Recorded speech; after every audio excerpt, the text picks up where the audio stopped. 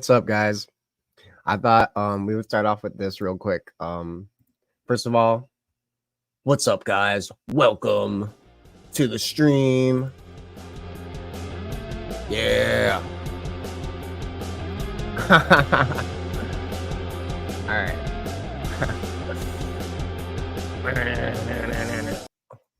All right. I thought we would start off with this real quick. How it feels to chew 5 gum.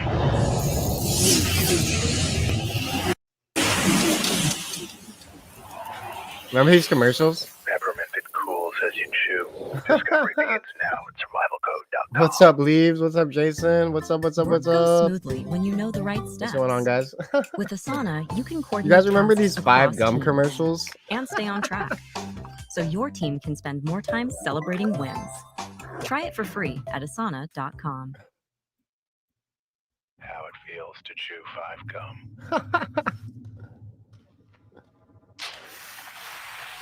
I always love the production on these commercials.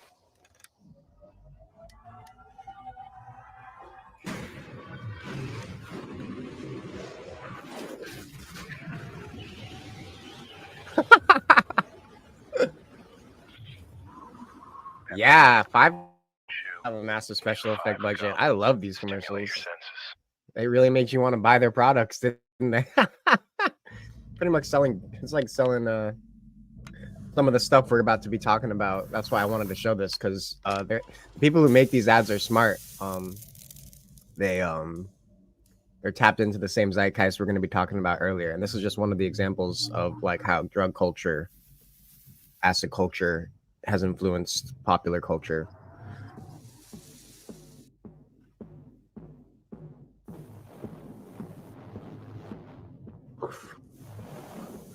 But yeah, overall, these commercials were dope.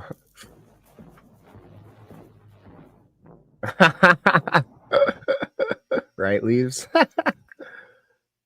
Okay. We'll watch some more later. But all right. So we all know why we're here. We're gonna be talking about this book, Mayor Owsley. It's called The Life and Times of Augustus Owsley Stanley III. It's not an autobiography. I made a mistake in the thumbnail. I'm gonna have to change it.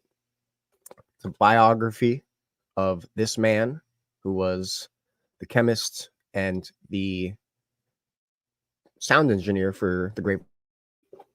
Okay, for you who don't know, the Grateful Dead, pretty known classic rock band, or what's known as a jam band. What a jam band is essentially, you know, instead of ending the song after 3 minutes, they typically their songs will extend to many minutes, and their concerts are all different. Even when they're playing the same song. I was lucky enough to see the Dead when they came to the Panthers Arena. It was a great show. Played with John Mayer. We're gonna talk a little bit about the Dead. The other thing we're gonna be talking about on BLA, Bays Lit Analyzer. Shout out to Bays Lit. You're out there, buddy. I know you're out there, but if you're watching, and happy St. Patrick's Day to you, by the way, and everyone else. Just out of BLA's recommendation, I was telling him I was going to do the stream, and he told me I should check out Mandy, this movie with Nicolas Cage. And I'd seen the memes and stuff, but I never watched the film. And when I started reading about it, I was like, whoa, this is like right up my alley. Shouts out to Leaves of Grass, Jason, y'all the MVPs. Thanks for coming in today. Go ahead. If you're here and you haven't subscribed, give me a little bit of love. Hit that subscribe, hit that bell. Give the stream a like too. Help me out. So the film Mandy was very interesting. I watched it a few times. Of course, like any film I have to analyze, I have to watch it more than once. And yeah, it was very interesting, especially on the first watch. It's pretty disturbing stuff, but I really liked the film. I watched it last night with some friends after we went to a concert. We went and saw Flux Pavilion last night. It was freaking awesome. Me and my buddy listened to Flux Pavilion when we were kids, and it was a good time. So yeah, shouts out to all my buddies who were there with me last night. It was a great experience, and I can't wait to do it again. All right, so we're gonna get into it. Unfortunately, there's going to be a little bit of gross topics discussed, so viewer discretion advised. We're going to be delving in, as usual. It's going to be some just stream with Han and Enter the Dragon and the Overlook Hotel. It's not it's similar in a way that there's this humanistic tendency of people to sort of idolize people instead of, you know, worshiping God. And oh, thanks, Leaves. Yeah, I have a longer video that I want to post, but I'm gonna have to do it. Yeah, Mandy was good. Yeah. Yeah. The night was awesome too. All right. So cults, LSD, psychedelic rock, the 1960s counterculture. We got Nick Cage starring in Mandy. Yeah, we're gonna talk about the demonic biker gang because they're important. You notice how at the end of the film, after everything's happened, they're in like it's I think he's having a flashback of when they met, and I think they're met at like a biker party or something. So that's weird. So Mandy was released in 2018, directed by Panos Cosmatos, starring Nicolas Cage, Andrea Riseborough, Linus Roach, Ned Dennehy, Alwyn Foray, Richard Brake, and Bill Duke. Score by Johan Johansson, and cinematography by Benjamin Loeb, with music by King Crimson off their album Red. Put this over here. Budget $6 million, box office $1.7 million, and this is not good. It's a cult classic now, but did not do very good, unfortunately, for the film. But we love it. It's become a phenomenon on the internet. People love this film. And I really like this film. I thought it was very well done. The color, the direction. Oh yeah, Jason Show. Yeah, man. Aesthetic, everything that director does. And you know, his other movie that he did before that, it's called Under the Black Rainbow. That was also really good. So if you haven't checked that one out, that was his first film. That was really good. Actually kind of similar to, it's actually sort of like a Stranger Things and it came out before Stranger Things, which is interesting. So if you like Stranger Things, you'll probably like that. It's his other film by Panos Cosmatos. I believe it's called Under the Black Rainbow. All right. So the name of the book I already told you is called The Life and Times of Augustus Stanley Owsley III, commonly referred to as Bear. First edition was printed in 2016 by Thomas Dunn. And it was the book's by Robert Greenfield, who's written a lot of biographies on counterculture figures from that era. This wasn't his first one. And the cover design was really nice. Check this cover design out. I really like it. Pretty trippy. You got the Dead, you got Jerry, you got Pigpen, you got Bob Weir down here, and yeah, then you got the whole band right here. And yeah, it's a cool cover. This is the back. Yeah, if you're interested in this kind of stuff, pick it up. I mean, probably rent it or find somewhere to rent it out if you don't feel like buying it. But yeah, I enjoyed the book. I mean, it's nonfiction. I don't really enjoy reading nonfiction that much, but I was really interested in the topic, so I thought I would give it a shot. Out of 700 reviews on Amazon, it currently holds a 4.5 out of 5 rating. So there you go. Not that really means anything, but I thought it was interesting. Okay. Owsley was born January 19th, 1935 in Kentucky, and he died in March 12th, 2011 in Queensland, Australia. So I want you guys to remember that he was from Kentucky. He actually was admitted to a psychiatric ward when he was a teenager. We're going to talk about that. But remember Kentucky, because Kentucky is actually one of the places where a lot of the MK Ultra stuff was happening.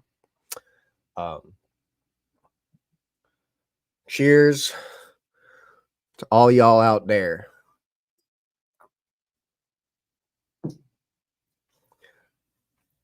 So the film Mandy is really cool, man. Like, it's trippy, man. Like, wow. And it's cool because after I watched the film, I was like, let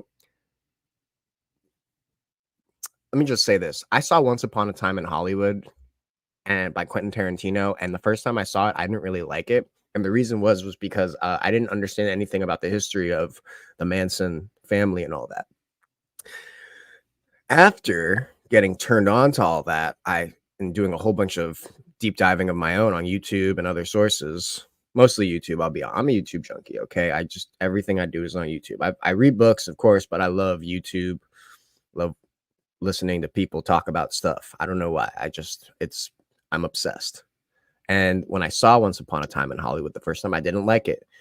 Now I go back and I watch that film and I freaking adore it because of all the references included and all that. And that film kind of reminded me of well, I shouldn't say the film reminded me of, but the idea of Charlie reminded me of the character of Jeremiah Sand in Mandy. We're going to talk about that. Of course, you guys know about Charles Manson, probably CIA operative, possibly gone rogue, possibly not. We're not really sure. And that all ties in because we all know what Charles Manson did. He provoked his cult to do the thing to the people. And we all know who that one of his victims was married to, Mr. Polanski. And yeah, it's all kind of weird. All kind of sketchy, if you know what I mean.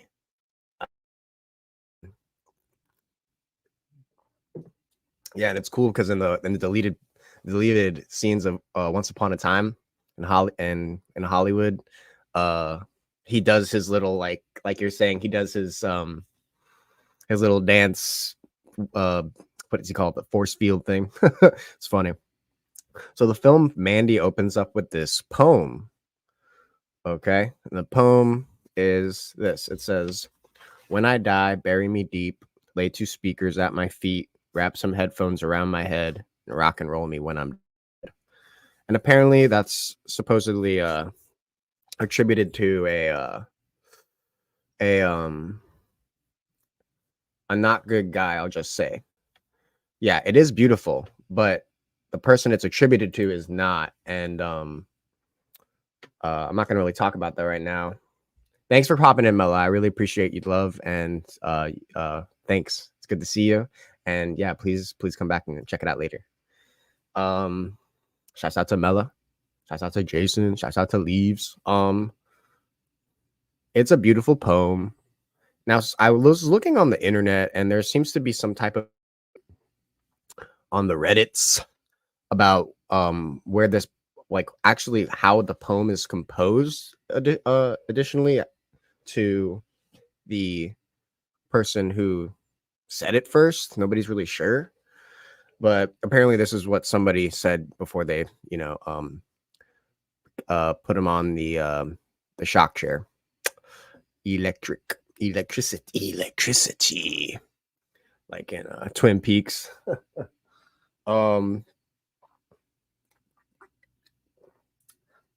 Not gonna lie, guys, I've been up for I stayed up really late last night, so I'm a little under the weather, but just try to bear with me. I'm gonna get us through this, I promise. All right, we're here together. Let's get into it. There's nothing like listening to the Grateful Dead. Whether you hate them or love them, it cannot be denied that the Dead may be the most unique sound to come out of music ever. Not only is the sound of the Dead singularly its own genre, the band itself represents a counterculture movement that revolves around the psychedelic jam band, which was originally a blues jug band, and that sound has extended from the era of the 60s all the way to today. The latest incarnation of the band, Dead and Company, which includes nearly all of the original members, save Jerry and Pigpen, obviously, including John Mayer on lead guitar, just announced a residency at the Las Vegas Sphere, and I tried to get tickets to that, and it's damn near impossible. Oh, thanks, Leaves. I really appreciate that. Last night was Crazy. As I was always when you're going out to a dubstep show, gets wild out there. You got to keep your head up. You got to keep your head over the above the water. All right.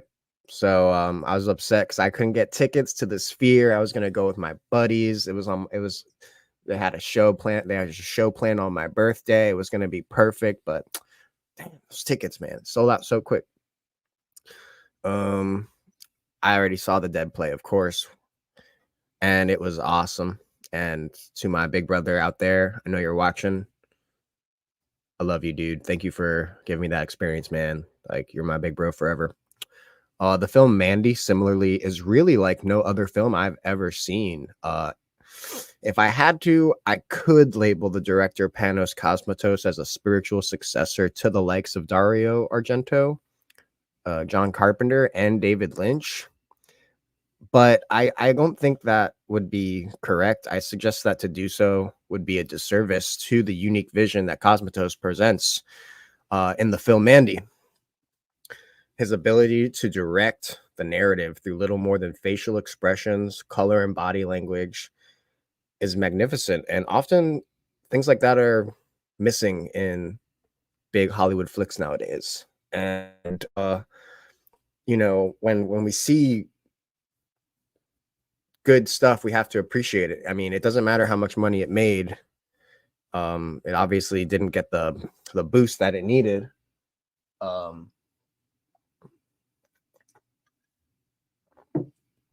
But it can't be denied. It's very original, and it's not only it's original at the same time it pays homage to the things that came before it that inspired it, and that's what I'm talking about. I mean, there's so many references in the film to other media that we love in the genre, tons of references, and if you know what to look for, you'll see. I mean, they live on Crystal Lake, you know.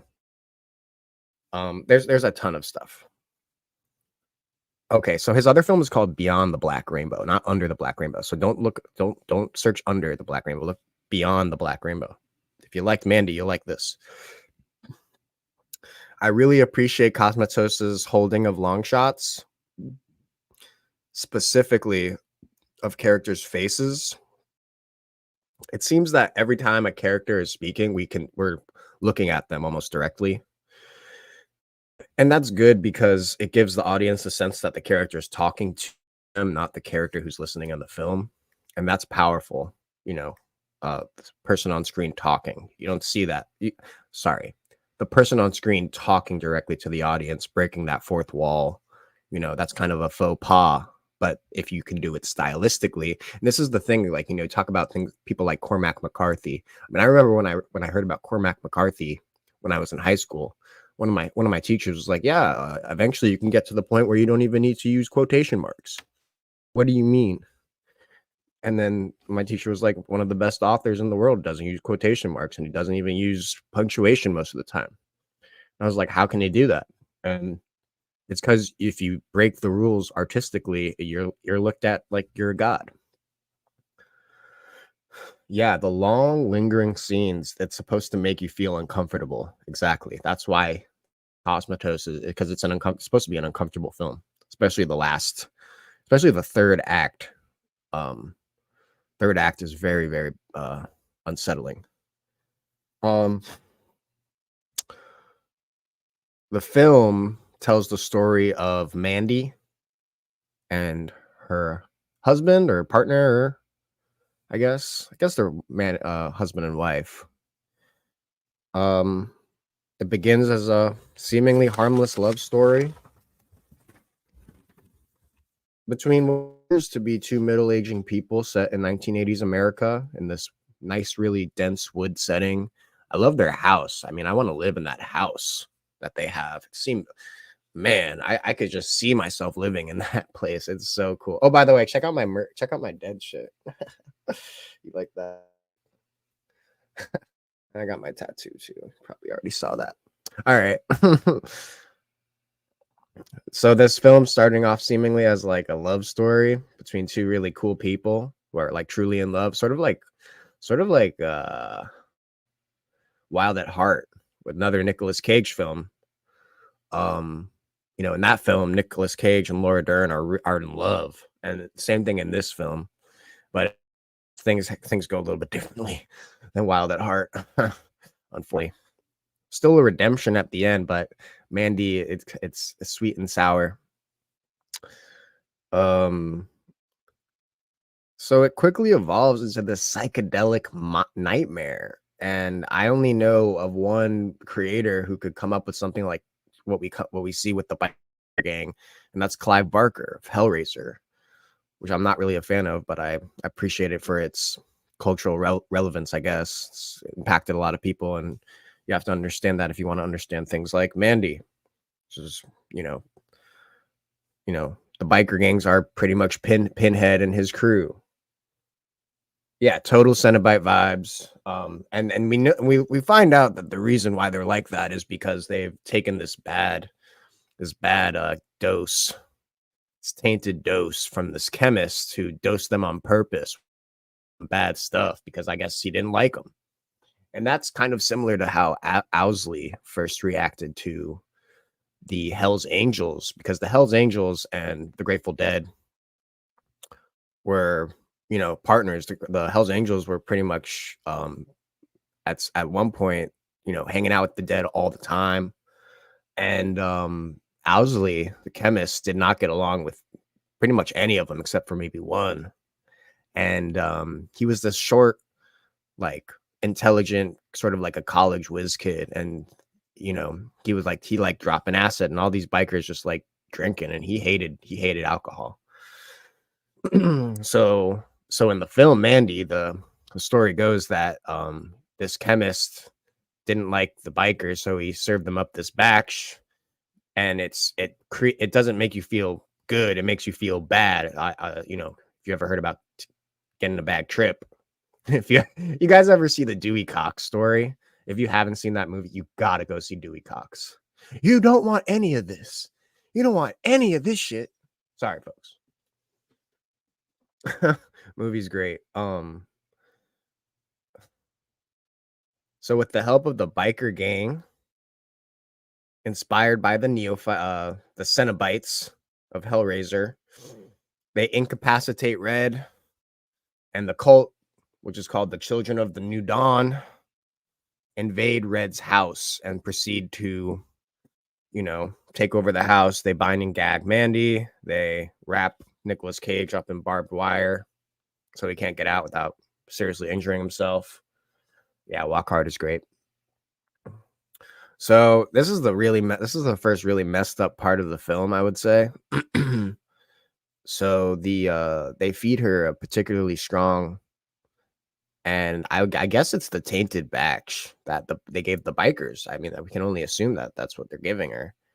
I mean, maybe it's a pure L. I don't know, but they give her some LSD, and they drop it in her eye, which is weird. There's a lot of weird things that happen in this film when it comes to the LSD thing. We're gonna talk about that though. So after they give her this LSD, they inject her with the hallucinogenic venom of a monstrous black wasp, an exotic monster harvested from the most forbidden reaches of the darkest jungle, brewed in a psychoactive concoction of its own fluids and other chemicals, glistening black, honeycomb eyes, quivering mandibles, and a twitching hooked and barbed stinger.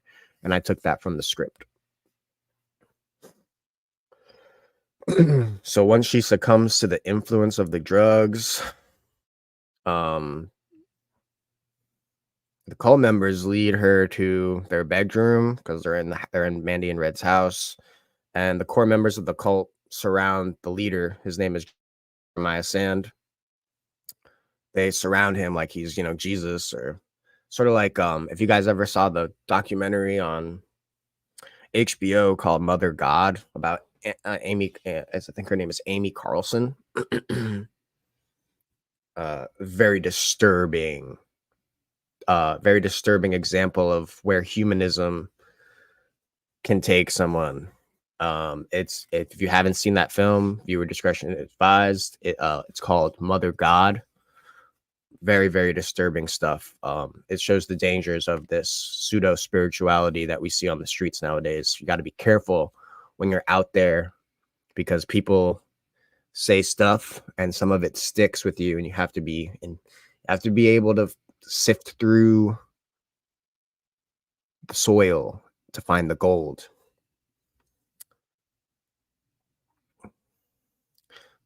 So they're in the room, they're surrounding him like he's God, and they sit Mandy in front of him, and she's tripping really freaking hard, dude. Like whatever they gave her, that venom stuff and that LSD, whoa, she's seeing colors and the trails with this movie does a really good job of showing audiences what it's like to trip on LSD, and I don't know what it's like to trip on LSD because I've never done it. Okay.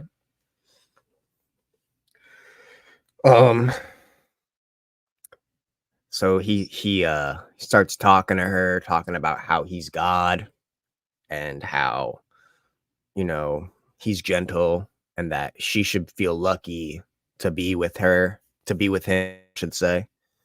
And he starts playing some music. He starts playing this music, this shitty music. And you know she's not gonna like this music because it's like really softcore rock with flutes and it sounds really bad. I don't like it. And you know she's not gonna like it because earlier she's wearing a Motley Crue t-shirt. She's wearing this Motley Crue t-shirt. So of course she's not gonna like this this bullshit that this guy is trying to sell her. And it's his music that he made with the Cult, which is the same thing that Charlie did. Y'all know about the Beach Boys.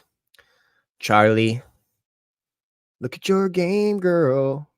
BLA talked about that in Chaos.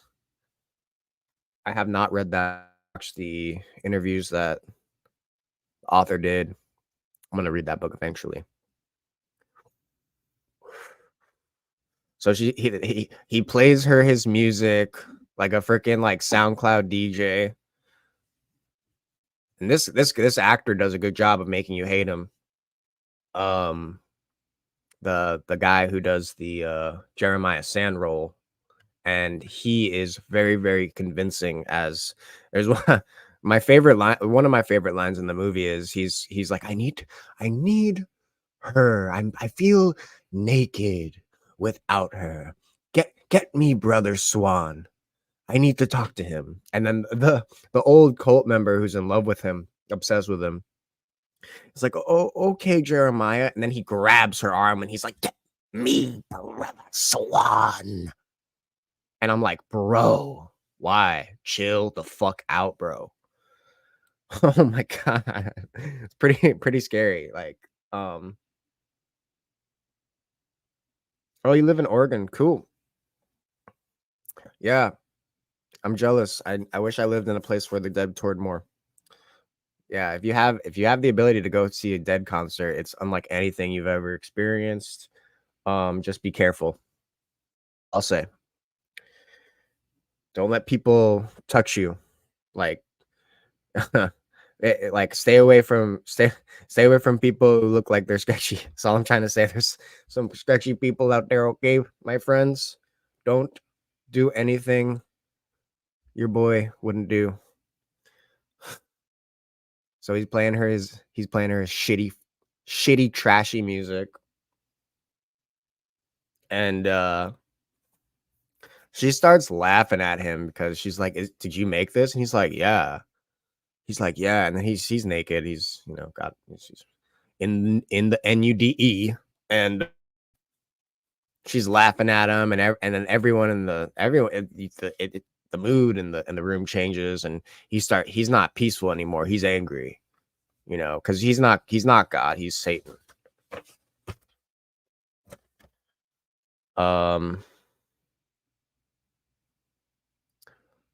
So he's pissed off because he's like used to everyone just doing whatever the fuck he wants, just like Amy Carlson in that documentary, Mother God. So used to everyone doing whatever it is that you want. So convinced that what you're doing is right all the time. You don't understand the situation for what it is, and you gain really bad ego trips.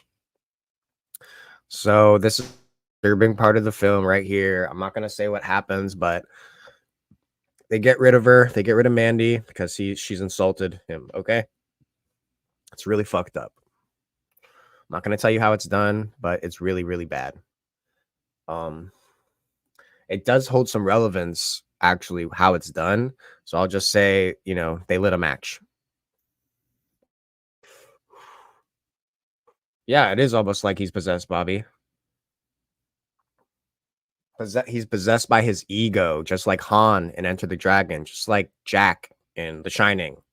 These people aren't the demon is your own inner demons. It's not outside. It's not somewhere out there. It's your own shit that you've been locking up, repressing.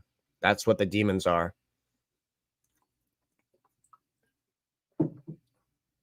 You got to fight that shit.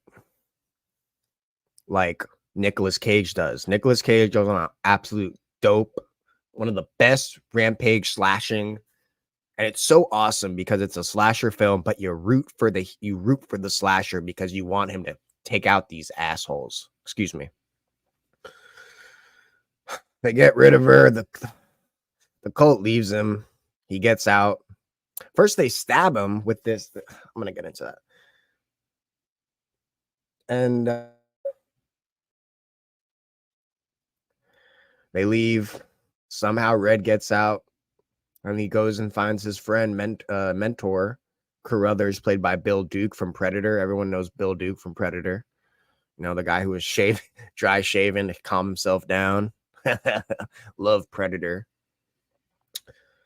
And he apparently knows some info. He's got some info on the biker gang. He calls them they're called the Black Skulls, and they're obviously derived from the Hells Angels. Carruthers tells him about them. He gives him some weapons. He gives him a bow and arrow, some arrows.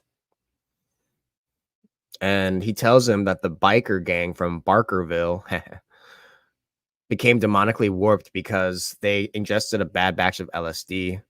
That made them become Pinhead's long-lost cousins. And it also made them addicted to the sadomasochistic properties of the bad batch of acid, making you feel the opposite of euphoric, always giving you a bad trip, which is what they want. They want to feel that. They want to feel bad because they're sadomasochistic.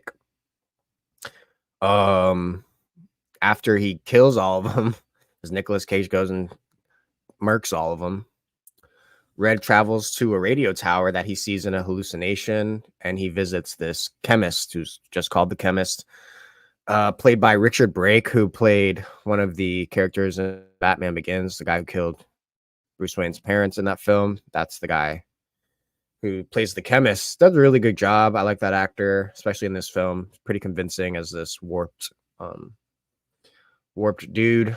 I guess just trying to make money out there or whatever, but it's kind of messed up that he would, inflict that psycho trauma on the bikers. I mean, even though the bikers were probably shitty people, I mean, it's fucked up. And then now they're just these demon pinhead biker dudes who just go and, we find out that they are involved in the HU Man sacrifice.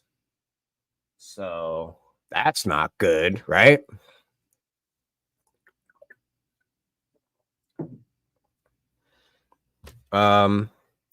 So the Chemist in the film, Mandy, is to Bear Owsley, as the Pinhead biker gang is to the Hells Angels. And I learned about Owsley when I was on the road, or as we like to call it now, in the we call it going on tour. My big brother told me that it was Owsley who synthesized the LSD known as White Lightning, as well as the Purple Haze that Jimi Hendrix sings about in his song, probably his most famous song. No, Purple Haze is not about bud. It's not talking about purple haze. They started calling that bud that after. Purple Haze he's talking about is the purple blotter tabs that Owsley gave him. And the reason why it was the tabs were colored purple is that when they used to test acid, they used a purple dye that would coat the acid in purple if it was good. And so Owsley was like, okay, I'll just make my acid tabs purple so everyone knows it's good. And yeah. It's the Chemist from True Detective. Okay. Huh. That would be crazy. Whoa. There are some people who claim that they're still the students of Owsley or whatever, saying that they have the same quality and type of LSD as him. And some people call that pure LSD, or Grateful Dead acid.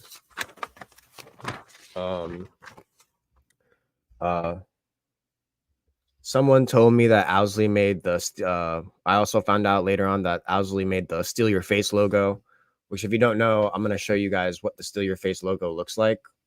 1 second.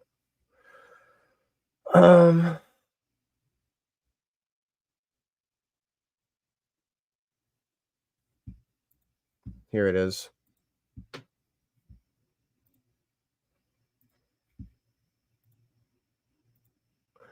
There you go. That's the Steal Your Face logo, guys. So, it's become super popular in streetwear and fashion in general. You know, even if you don't listen to the Grateful Dead or like the Grateful Dead, you might own a shirt with this logo on it. I later found out that Owsley was also one of the key elements in the development of the famous Wall of Sound, the sound system used by the Grateful Dead from March to October of 1974 while they were on tour. Sorry about that, folks. I do not know what just happened. Sorry about that. So yeah, the dancing bear. So there's a common misconception. Okay, they're known as the dancing bears, but Owsley talks about this in the book. They're not dancing; they're marching. So, and Owsley didn't come up with those; someone else did. Yes, the red and the blue, right? And then the lightning down the middle of the skull is supposed to be the idea of getting struck with enlightenment. Yeah. I mean, you say dancing bears, everyone knows what you're talking about. If you say marching bears, they're like, what do you mean? So in the conversations between deadheads and psychonaut enthusiasts, Owsley and those like him are idolized, often to such a degree that he is considered to be the St. Paul to Jerry Garcia's Jesus. What cannot be denied is the effect that his determination has had on the world. Specifically, his determination to feed the purest LSD to the most prominent musicians of his time, and how the outcomes of these interactions have rippled across time. Though Owsley is dead and buried, yes, he's gone. Those are both Grateful Dead songs, Ripple and He's Gone, two of my favorite songs. And even though he's dead and he's gone, his spirit endures in the zeitgeist, specifically in avant-garde bass electronic music, but also film and literature, as we find out in Mandy. Owsley, the person, however, is a tad more complicated.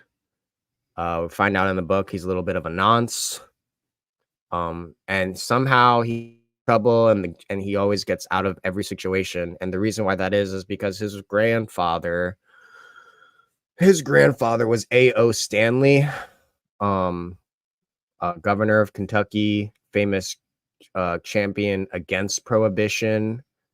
Will later go on to serve in the U.S. Senate or Congress. No, he was a senator. And then, so that's his grandfather. Also, Owsley somehow managed to get into college at the University of Virginia's College of Engineering without ever receiving a high school diploma, which is interesting. And then he went to work with Rocketdyne after he dropped out of college. He didn't graduate high school, went to University of Virginia, didn't get a degree there, and then started working for Rocketdyne. Interesting course of events, I should say.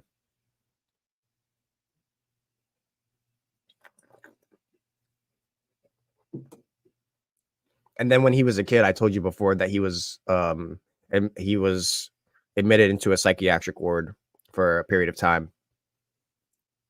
And he claims he would be able to escape from there, go for a walk, and come back. That he actually didn't mind the psych ward or whatever. But I think what they were doing to him there was they were indoctrinating him into the it's possible that they were indoctrinating him into the MK Ultra.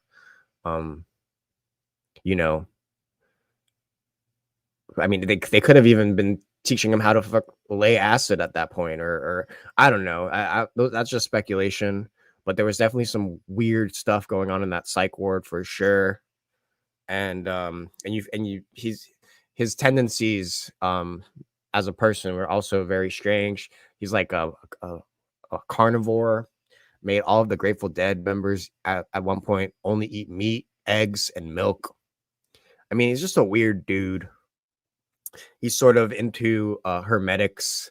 It talks about that in the book, but he's sort of that the Grateful Dead's music is sort of a pathway into the hermetic lodge, if you will. You know, it could be a gateway into the higher realms of ascension, which is like weird. It's just some music, guys. So he's descended from A.O. Stanley, who's essentially American royalty. And Owsley was a troubled youth from the jump, a natural rebel who was admitted to a psych ward at 15 years old, from which he would routinely escape from just to go for a walk, only to return when he got bored. He was a terrible student, although apparently he was supremely intelligent. And like I said, he somehow got accepted into the university without a high school diploma. And throughout his career with the Dead and beyond, he constantly got into trouble and then always seemed to manage to slip out of it with very minimal consequences.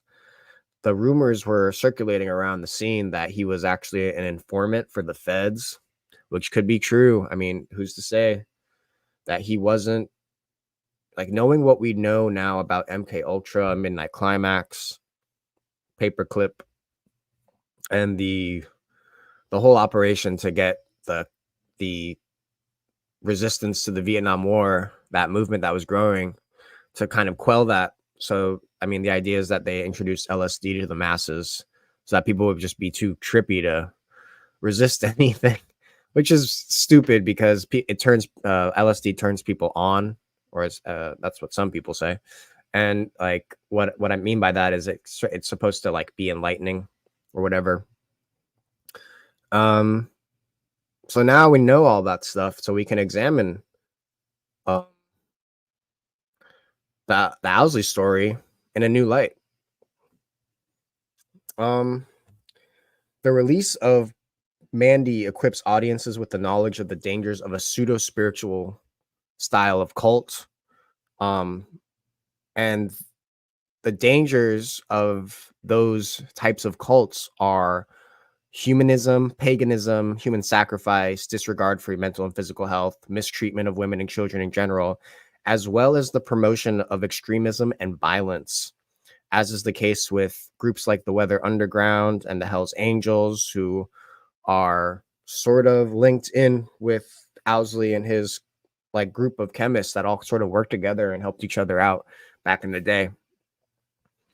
And these irrational and destructive actions are also attributed to those in power who greenlit those operations like MK Ultra.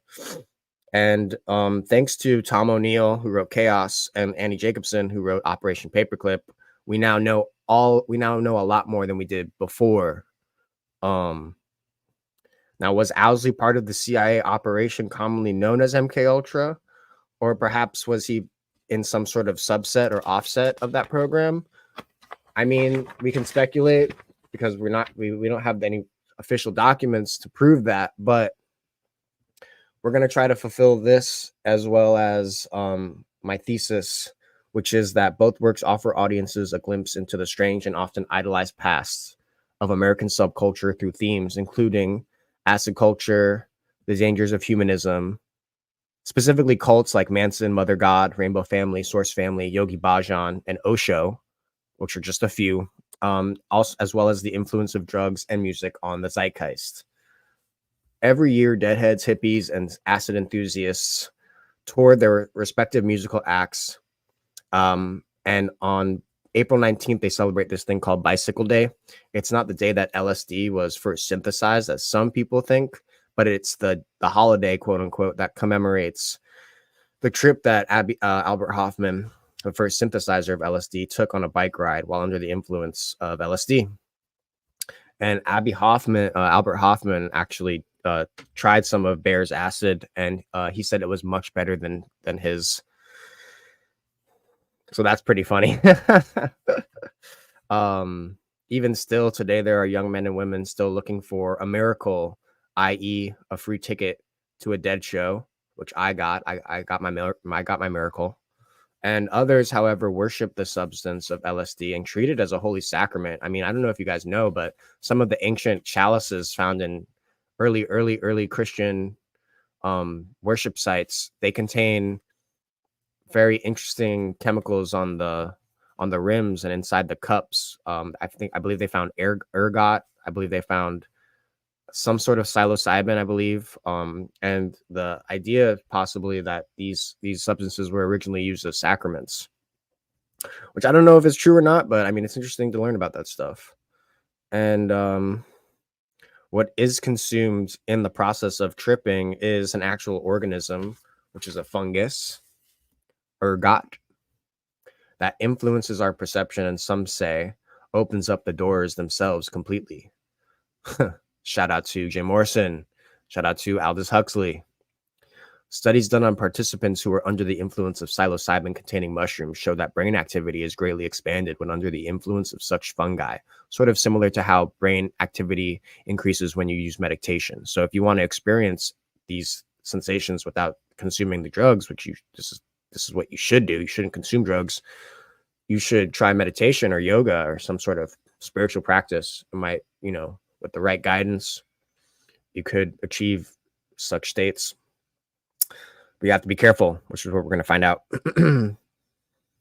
The risk of perma-ego death, like DID, is prevalent. So if you have some sort of psycho trauma like that, a lot of that stuff will get brought up when you are in the middle of your trip, and you have to be careful if you have certain conditions. You probably shouldn't do stuff like that. Definitely consult your doctor, who will probably tell you that it's not a good idea and not worth it.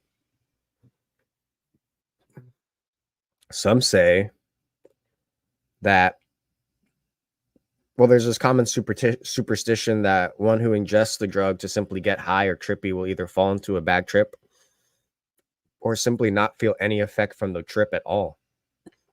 And some say that it is only with a true intention of finding enlightenment or truth will the full experience of the drug encapsulate their trip.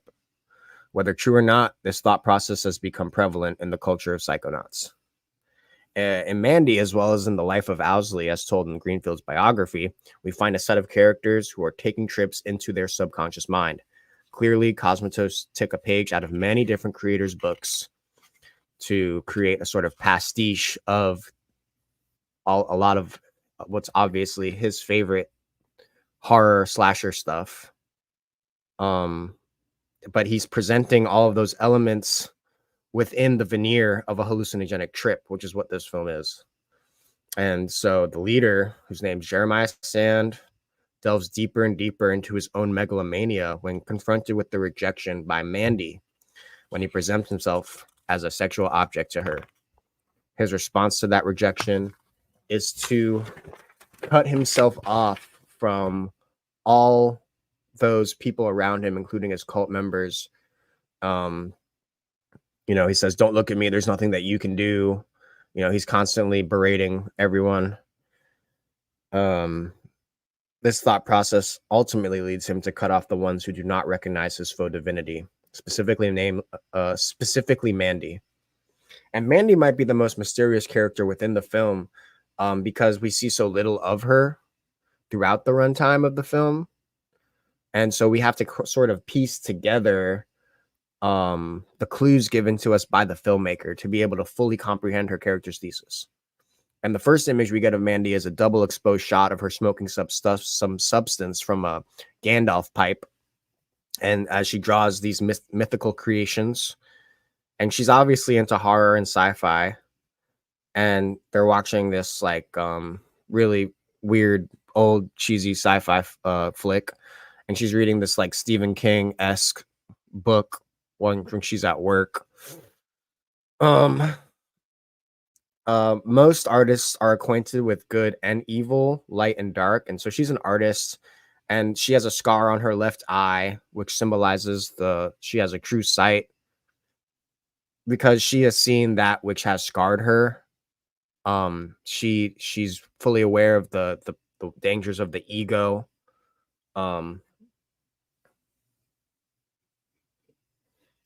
The ergot psilocybin on Christian artifacts as holy sacrament is a Gnostic druggy cope. Yeah, probably. So what's up, Destro? Thanks for hopping in, guys. Hope everyone here is having a good time so far. If my audio sounds sketchy, like let me know, please, and I'll try my best to fix it. But I'm gonna keep going here. She's got the scar on her left eye. She's able to understand when others attempt to invade her consciousness with their humanistic and selfish perspectives. She's a strong-willed woman, and she's awesome. Even though it's unfortunate what happens to her. The Goblin mac and cheese commercial is hilarious. The way he acts in that scene.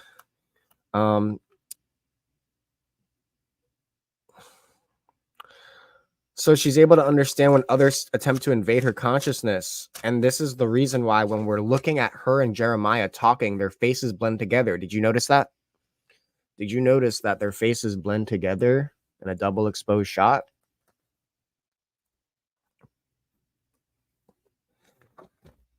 And she recognizes that evil, which is also the evil of her own ego, and thus recognizes that is also inside Jeremiah. And that's why she's laughing so outrageously and violently at him when he exposes himself to her. And I'm sure at the time she's thinking, you think you are God, you are literally Satan. And I think that's darkly funny, that someone like Jeremiah or Charlie can think for even a brief second that they're actually equatable to God. Sort of like Amy Carlson from Mother God, like that. It's sort of funny how she thinks that she's God. In a way, it's sort of like the darkest comedy. Now, whether Mandy believes in God or spirit or belongs to some other belief system, she has a goodness in her that is felt by all the characters. She holds a power over them all, specifically Red, who is haunted by her specter throughout the film. And Red has to find the salvation within his quest for vengeance for the death of his wife, Mandy. And his path leads him to the quelling of the demonic pagan worship rites of the cult. He also willingly ingests the same tainted batch of LSD given to Mandy. And I think that his real trip begins when he is stabbed with the knife that's made of the same rock as the horn, which is called the Horn of Abraxas. The cult members blow this horn to summon the biker gang, and they stab Red with the same substance that's made into a blade. And I think what that means is I think that's sort of like the barbed stinger of the wasp that they use on Mandy. That's sort of his barbed wasp is this dagger. I told you before, the name of the biker gang is called the Black Skulls. And interestingly enough, that wound that they stab him with, it does not kill him, and it seems to propel him even further into his subconscious. Further, if you guys know about Further, that was the name of the bus that the Jed used to travel in. Merry pranksters. And I'm not, so it doesn't kill him, it propels him further into his subconscious. And I'm not trying to say that what's happening isn't real, but that Red's physical journey is a representation of his spiritual journey within the confines of Cosmatos' picture. Pierce the veil. Very cool. Great reference. Nice, Jason. So at the end, Red is seemingly on another planet. Perhaps he died from the wound, and what we are seeing in the second part of the film is his DMT fueled life flashing before your eyes phenomena, like in Jacob's Ladder. I don't know if you guys ever saw that movie with Tim Robbins. Weird movie. but good, also disturbing. Had a lot of also had a lot of influence, just like Hellraiser. Take for instance how easily Red infiltrates the so-called invulnerable bikers that are supposed to kill him. I mean, his buddy was like, "Yo, they're invulnerable. You're probably gonna die." And he's like, he just goes out and he murks them all, really, pretty easily, I might add. And he does it all under the influence of a combination of coke and LSD, really the bad batch of LSD. And then I looked at the script. We know that one of the all the demon biker gangs have these weird messed up names. I'm not going to tell you what their names are, but if you look it up on the script, all of the names are really bad. Yeah, Jacob's Ladder's goated. So one of the pinhead black skulls is like watching TV. He's watching TV and he's doing like a mountain. He's doing like a Scarface mountain style of yayo. And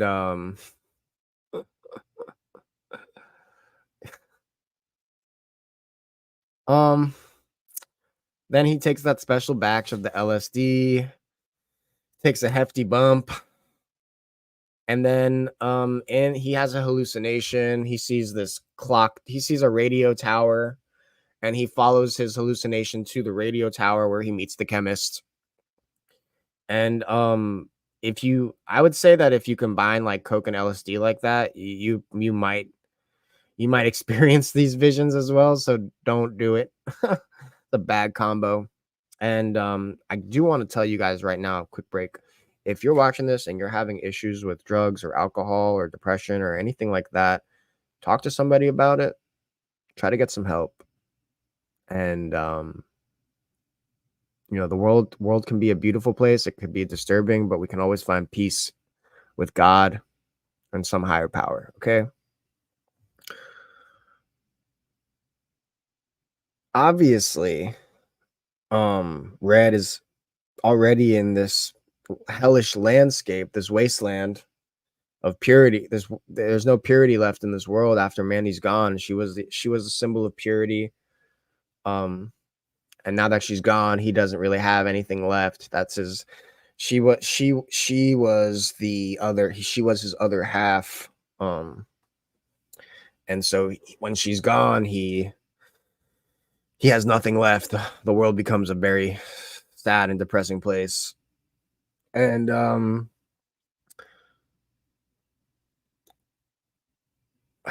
on one second. For those of you who are like unfamiliar with LSD or it is a tasteless, odorless substance, commonly like in a liquid, and it loses all potency when exposed to sunlight, and it does not need to be orally consumed to experience the effects. Like in the film, you see all the characters touching it, and then they lick it, and then their eyes dilate, but that's not actually how it's supposed to go, and it doesn't happen instantly like that. If you just touch it, you'll get the effects, full effects. It's not like less. Just rub it in like essential oils. So when we see Red's eyes dilate after he tastes the L, it's sort of a liberty taken by the writers for the sake of gravitas, and it doesn't take anything away from the story. But I thought you should know that in case you run into certain situations on the road. All right, we're an hour in. If you haven't yet done so, go ahead and give me a like and subscribe if you haven't yet done so. And when we're done with the stream, if you want, go check out some of my other streams. I did an Exorcist stream with Baselit Analyzer. Shouts out, Baselit. Did a really good stream the other day on Spring Breakers, and that was really fun. And I also did another one on Enter the Shining where I combined it was a double stream with Enter the Dragon and The Shining and the links between both, and I had a really fun time on that one. And yeah, go ahead and check those out if you're feeling up to it. So usually chemists will wear gloves when they're laying the acid on the paper, but we see the chemist and Mandy performing the process gloveless, and that's important because there is a sort of belief in the culture that when someone lays acid without gloves, they are putting some of their energy, their energy, energico. There's a dark side to energico, like Star Wars. Where's that movie? What movie is that from?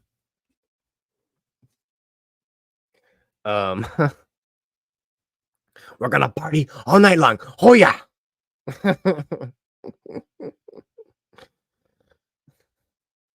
So you don't have to necessarily believe that that's true, the whole energy and the acid thing, but obviously I think it's prevalent in the film because that's the same chemist who gives Jeremiah Sand, the cult leader, and the Black Skulls the wacky LSD, and it's that's the effect of the chemist acid.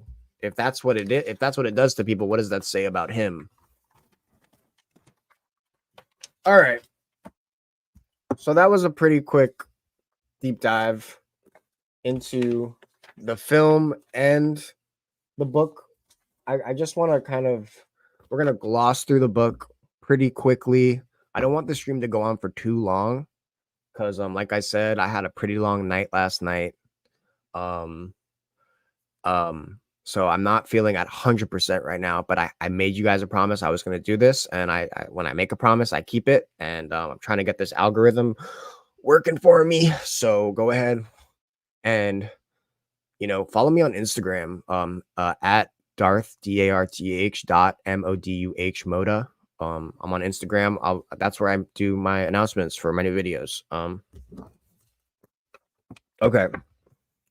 I'm just gonna read a little bit of the stuff and then do a couple other things. All right.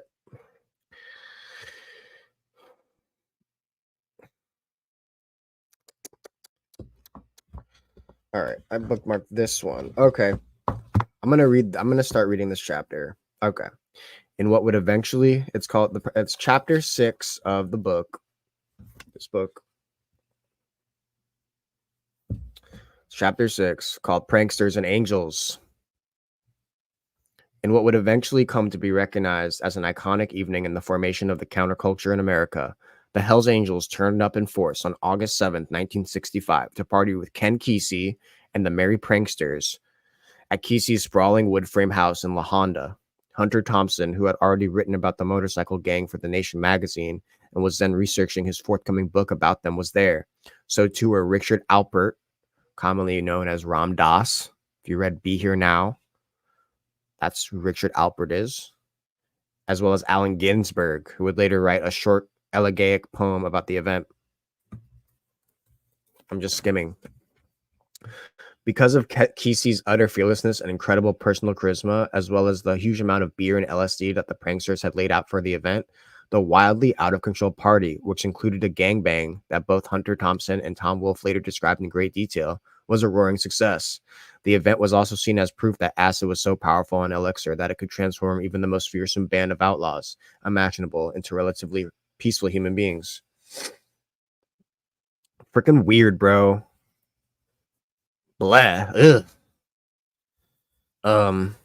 Despite the widely held belief that LSD could transform lions into lambs, 9 weeks after the Hells Angels had taken acid at Kesey's party, they violently attacked a large group of marchers in Oakland led by Allen Ginsberg, who were peacefully protesting against the war in Vietnam. As they mauled the demonstrators, the Angels shouted, "Go back to Russia, you effing communists." That just sounds like a psyop. Doesn't that sound like a psyop?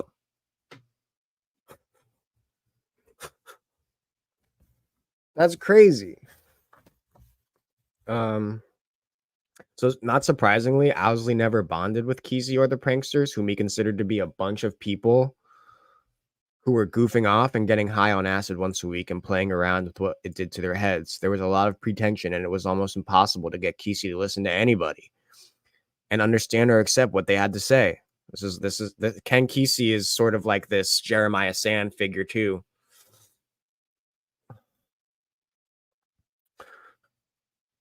Another issue on which Owsley and Kesey differ was how much LSD it was cool to take.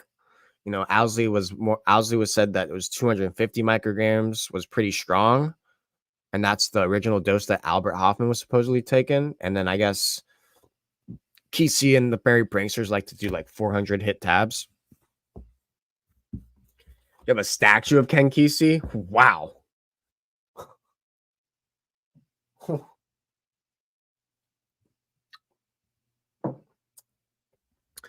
Yeah. I mean, I love One Flew Over the One Flew Over the Cuckoo's Nest. But the dude, I mean, you guys realize all of these guys. Oh man, okay. Oh wow. Here, watch this. Okay, this is what I wanted to show you because this is actually one of the this bro. Oh my god. All right. Check this out. Huh.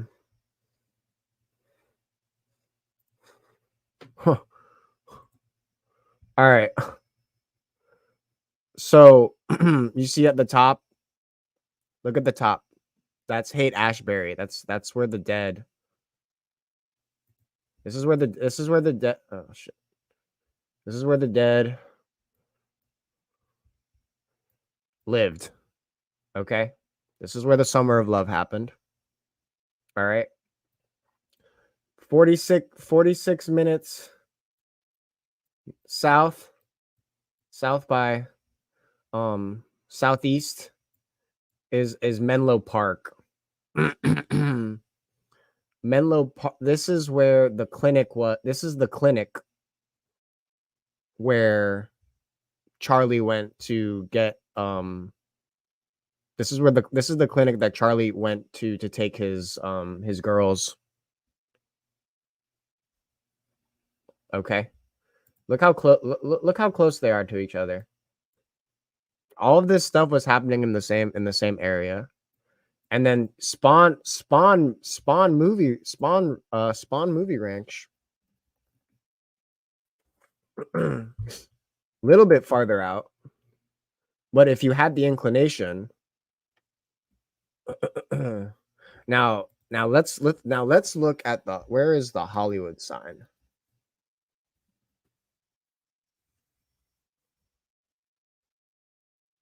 Okay, yeah. Yeah. Okay. Essentially, all these guys were hanging out with each other at the same time, all connected. Read Chaos. I'm gonna get that book. All right, let's skip forward a little bit. Let's try to find. Oh, these are some cool pictures.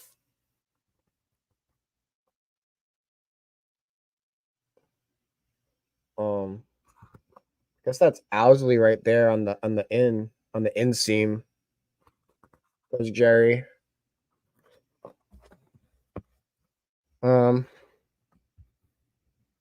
Skimming.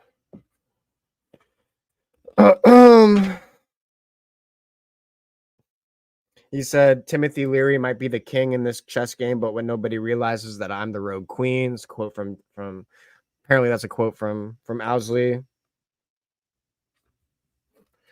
Apparently, in search of the highest possible high one day in Owsley's cottage in Berkeley, Owsley intravenously injected himself, David Ram Dass, and Melissa Cargill, and others with pure crystalline LSD. I don't know if that's true. I don't think that's true. I don't think he would do that, even though as messed up as he was. I don't think he would do that. But I mean, maybe he did. I don't know.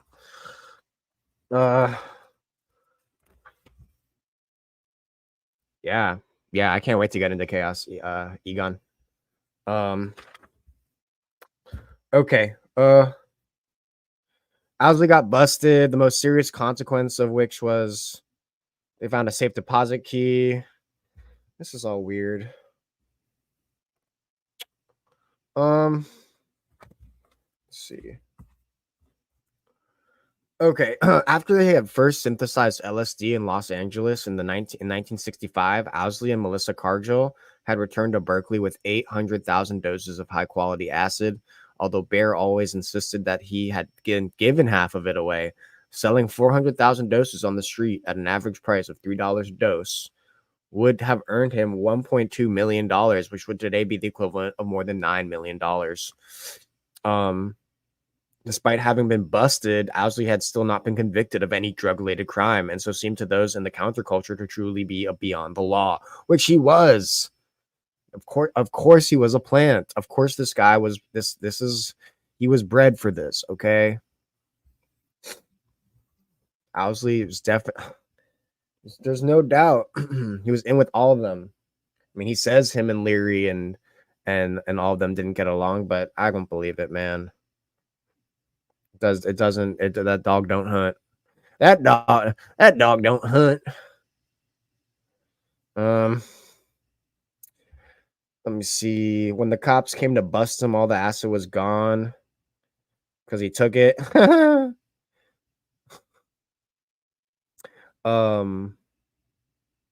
Believing that every word they were saying was true, people who had never met Owsley said the reason that he had never been busted was because he was actually a narc who was setting up other people, which is like, of course. Of course he would do that. Oh, here we go. This quote from him, apparently. I've been made into the hero, the Robin Hood, the John Wesley Harding, the figure who saves the culture but is always just outside the reach of the dark principle, the trickster who changes shape and form, Loki, Hermes. But that was never my plan. Why did Perry Lederman tell people my name? What did my name attach itself to LSD like glue? I have no idea. Okay. He got everyone high at Monterey Pop Festival. Pretty much everyone on the stage was blasted on his acid. Here's a cool picture of him with Ravi Shankar, musical partner of George Harrison. That's Owsley, and that's Rob. I think this is Ravi.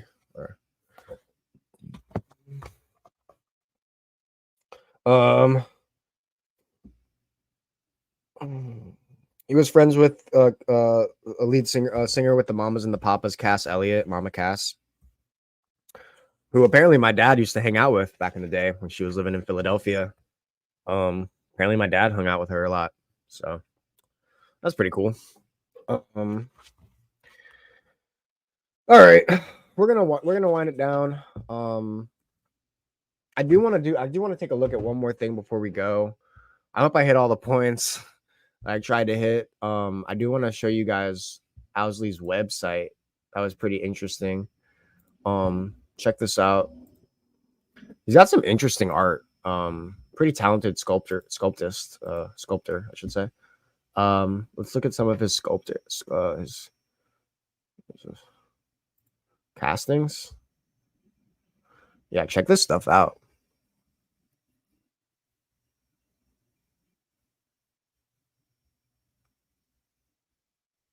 Pretty cool. And my buddy, my big brother is also a jeweler. So shouts out to you, man. I'm so happy to see you doing your thing.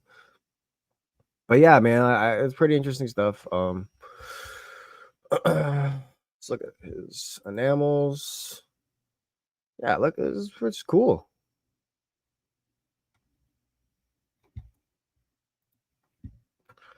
All right. If you want to learn more, buy the book. Check out his website.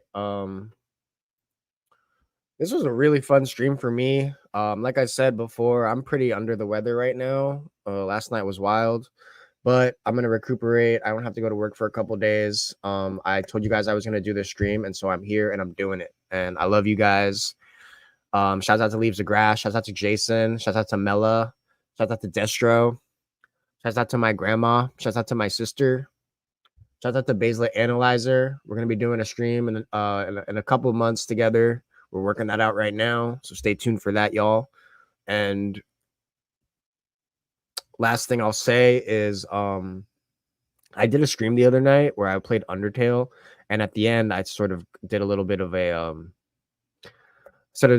talk about creativity and inspiration. Go ahead and check that out and give it a like, and let me know what you guys think about what I said and if it made sense to you. Once again, my name is Darth Moda. I really hope you enjoyed the stream. I enjoyed presenting it to you. We're gonna go live every Sunday at 5.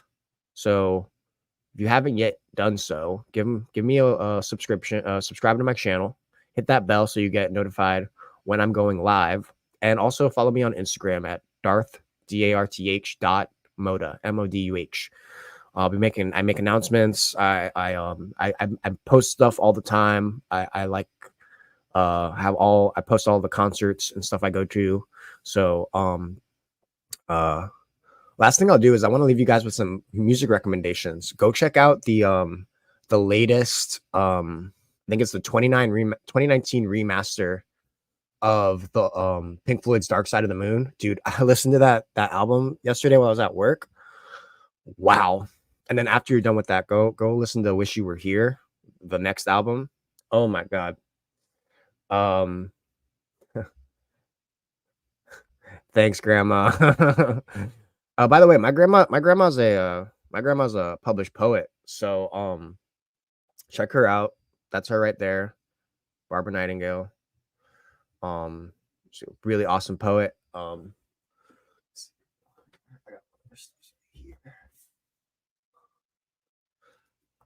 got two of her published works here. This one was really good. This one was also really good. So support my grandma. My grandma's awesome. She's my mentor. She supports me. She helps me, keeps me focused, and I love her. And she's an amazing, talented creator herself. So yeah, if you love really good poetry, check out Barbara Nightingale. All right. Last thing I'll say is check out Dark Side of the Moon remaster. Also, check out Flux Pavilion. If you like dubstep, you'll love Flux Pavilion. You should know about them. Another music recommendation I'll give you guys right now. There's this band called Future Islands. Specifically, there's this one song I really like called King of Sweden off of their new album, Future Islands, King of Sweden. Yeah, let me know if you guys like that. I really like that. I don't like all of their music, but I like most of it. All right, y'all. We're gonna shut it down. This was the Mandy and Owsley Stanley stream, and I really hope you guys learned something or enjoyed yourself or both. And last thing I'll say is thank you for being here. Thank you for being amazing. And thank you for supporting me with your views, because that's the most important. It's not the most important thing for me, but it's something that I'm trying to, work on. I'm trying to get more views. And when you're viewing my content, it makes me happy. Okay. I know that sounds sort of selfish, but I want to create an environment for us to have a good time. I don't want us to be always bogged down and, following a specific order. I just kind of want us to have a really chill time where we discuss things together. I want to get the chat involved. I want to talk to you guys. I don't just want to sit here and ramble on. Led Zeppelin. Oh, another song. Last thing I'll say. If you haven't checked out Led Zeppelin's first album, the song How Many More Times, my favorite Led Zeppelin song. All right, I'm done. This was Darth Moda. You guys are amazing. We're going to leave with some music. Okay. Trippy. Shouts out to Egon. Shouts out to Leave. Shouts out to my grandma. Oh. Uh-huh.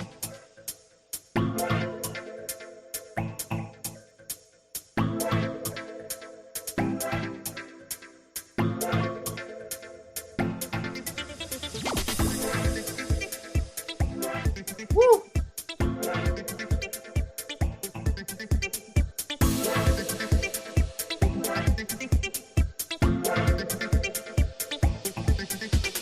All right, I'm done. All right, love you guys. Have a good night. Happy Sunday. Happy St. Patrick's Day. Stay safe out there. Peace.